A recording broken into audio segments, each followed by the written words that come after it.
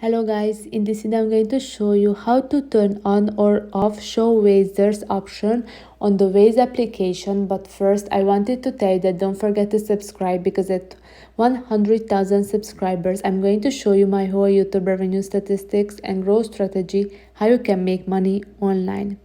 So first open the app, then click on the three lines at the top left corner, then click on the settings. Now you have to click on the map display. Scroll down and you should see the Show Wazers option at the View on Map section, so you can turn this on and off.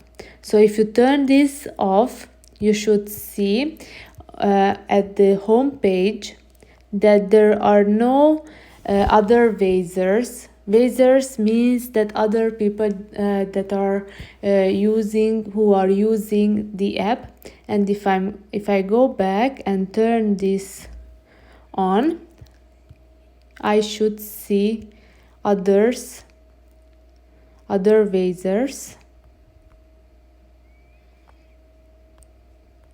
Let's see if I find them. You can see that these are Wazers. So it says about them, when did they join, and so on. So this is for this video. I hope that it was helpful for you. If it was, please consider subscribing, and see you in the next one. Bye bye.